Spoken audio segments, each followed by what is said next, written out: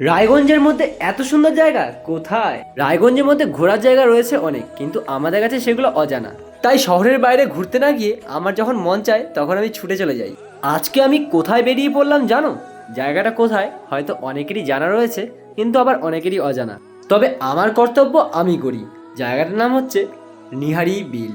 ভিডিওর জন্য আমাকে সব জায়গায় যেতে হয়, তবে আমি তো অনেক জায়গায় ঘুরি, কিন্তু আমার কাছে এই জায়গাটা বেশ শান্তির মনে হলো। আমি সকলকে সাজেস্ট করব, যদি কারো যাওয়ার ইচ্ছা হয় তাহলে অবশ্যই এখানে বিকালের দিকে যেও, কারণ সেই সময়টা বেশ ভালো লাগে।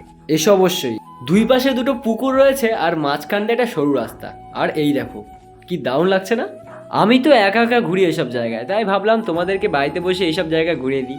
আমি জানি না ভিডিওতে তোমাদের জায়গাটা কেমন লাগবে, কিন্তু আমার মতে একবার সামনাসামনি এসে জায়গাটা ঘুরে যাও।